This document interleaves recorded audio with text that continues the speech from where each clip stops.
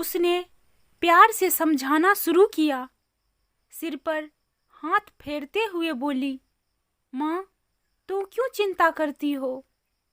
समय आने पर सब कुछ हो जाएगा। और हाँ, इतना कंजूस मत बनो। इतने गहने क्यों ले रही हो? मुझे नहीं पसंद है। मैं उन गहने को अपने पूरे शरीर पर लाद कर और चोर के डर से घूमना, मुझे यह सब नहीं पसंद है। तुम्हारा जमाना गया अब। अपनी आंखें खोलो और अपने सामने दुनिया को देखो। यह कितनी खूबसूरत है। माँ, मस्त रहो और अपना जीवन एंजॉय करो। माँ, पूरी दुनिया तुम्हें और पापा को घुमाऊंगी।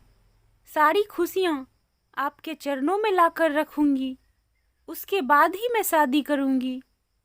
मैं एक बेटी हूँ तो क्या हुआ, मेरी भी जिम्मेदारियाँ हैं। अब मुझे सिर्फ अपने कैरियर पर ध्यान देने दीजिए। चिंता मत कीजिए, समय आने पर सब कुछ हो जाएगा। नित्या बेटी अपनी माँ की माँ बनकर अपनी माँ को समझा रही थी, लेकिन विवेक शांत था, क्योंकि वह जानते थे कि नित्या खुद लाखों का गहना है। नित्या विवाह योग्य हो चुकी थी।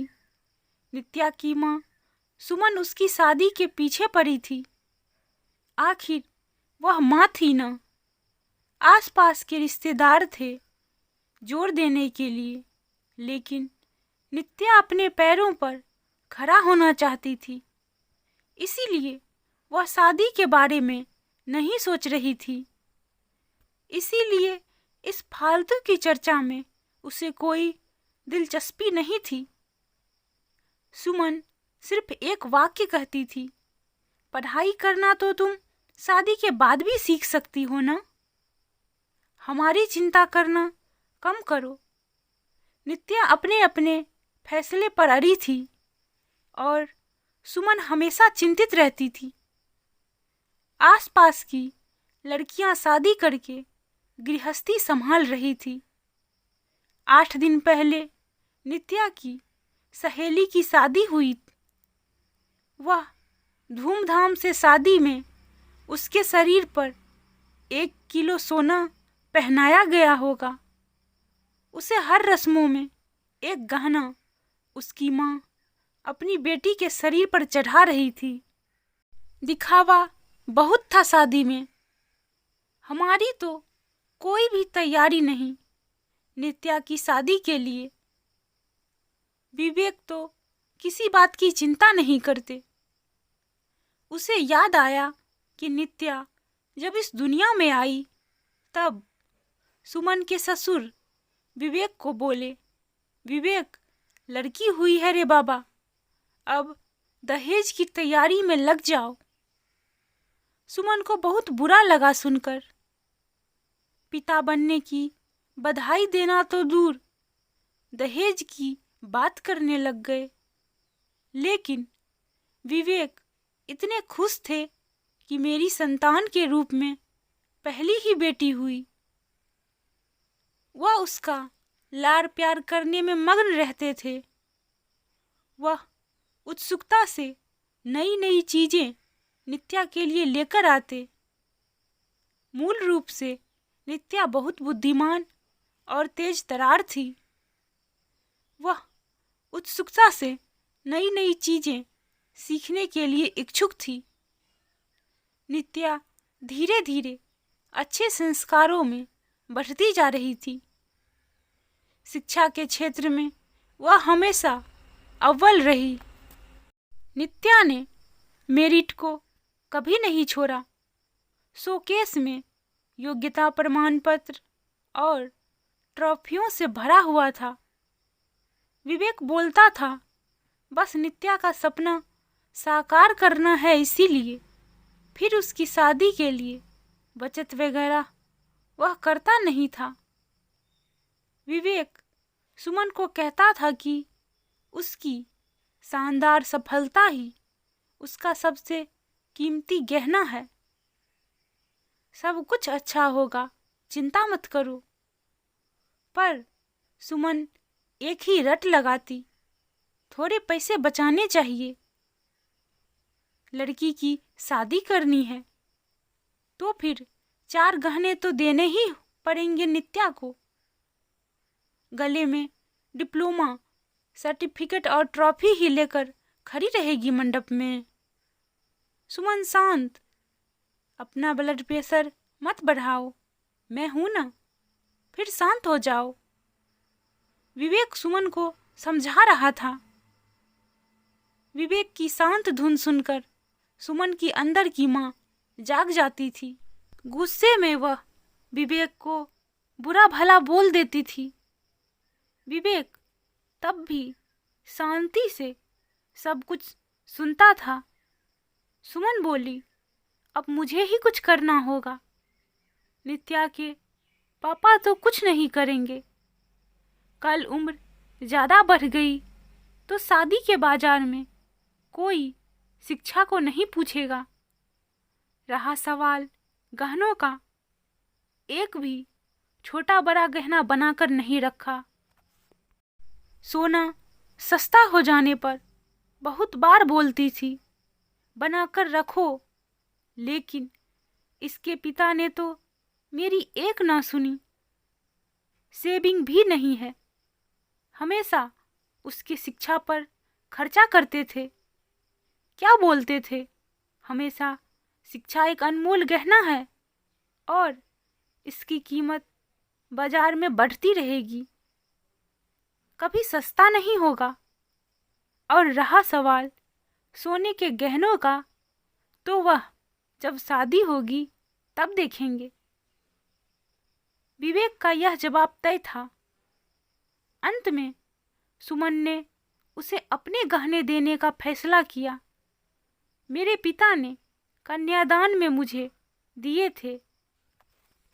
टोकरी जितना भरा तो नहीं, लेकिन कटोरी भर जरूर दिया है। मैं अब कहाँ पहनने वाली हूँ वह गहने। ये चिंता जो उसने खुद को समझाकर दूर की। जैसे जैसे दिन बीतते गए, नित्या ने अपने स्मार्टनेस से पोस्ट ग्रेजुएशन पूरा किया। उसने पीएचडी करने का इरादा किया और उतने में सोने पर सुहागा अचानक उसे माइक्रोसॉफ्ट द्वारा सिलेक्ट कर लिया गया। जो पिछले साल के प्लेसमेंट के लिए आया था। एक बड़ा पैकेज उसके हाथ में रखा गया और गुड पोस्ट द्वारा और कई सुविधाओं पोस्टिंग के साथ अमेरिका में पेश किया गया। चारों उंगलियां घी में, साथ में पीएचडी कर सकती थी, क्योंकि कंपनी ने उसे बोनस दिया था। नित्या अपॉइंटमेंट लेटर लेकर भागकर घर आई। जब तक दरवाजा नहीं खुला तब तक नित्या ने डोरबेल से अपना हाथ नहीं हटाया। दरवाजा खुलते ही उसने अपनी माँ को गले से लगा लिया। माँ, अब लग जाओ शादी की तैयारी में। पापा, आप बस मदद करना। हाँ, यूएस जाना होगा ना मुझे। और अपॉइंटमेंट लेटर लेकर पापा के हाथ में रख दिया। विवेक ने वह लेटर जोर से पकड़ा। बाप रे, नित्या सच में यह अनमोल गहना अब शादी के बाजार में चमक उठेगा। ऐसा बोलकर सुमन भगवान के सामने शक्कर रखी। कोटि कोटि धन्यवाद आपका भगवान जी। ऐसा बोलकर भगवान को हाथ जोड़कर नमस्कार किया। अब यह बड़ा गहना और अन्य छोटे बड़े सर्टिफिकेट के आभूषण नित्या के व्यक्तित्व पर अवश्य ही अच्छे लगेंगे। सुमन, फिर बताओ, सोना लेने कब जाना है? विवेक ने उसे टोंट मारा। इसमें कोई संदेह नहीं है कि उसकी शादी में उसके गुणों के आधार पर अर्जित अमूल्य गहना निश्चित रूप से उसका सौंदर्य बढ़ाएगा। विवेक जी और वह मेधावी पदक और बड़ी ट्रॉफी या अन्य पद्म भूषण दुल्हन की शोभा और बढ़ाएंगे। यह हीरा हमारे मानव के जीवन में बिल्कुल फिट बैठता है। चलेगा ना आपको? दरवाजे पर वर्मा फैमिली खड़ी थी। अच्छा रिश्ता नित्या के लिए चलकर आया था। उनका मानव भी एक अनमोल रत्न था, सुंदर, सफल, प्रसिद्ध। अगर एक असली मोती को अपनी असली गुणवत्ता और तेज बनाए रखना है तो संदूक में बंद रहकर समुद्र के तल में चुप कर रहना पड़ता है। तभी मोती की कीमत बढ़ती है। आया क्या समझ में विवेक जी? वर्मा जी ने विवेक की तरफ देखकर मानव की तरफ देखा।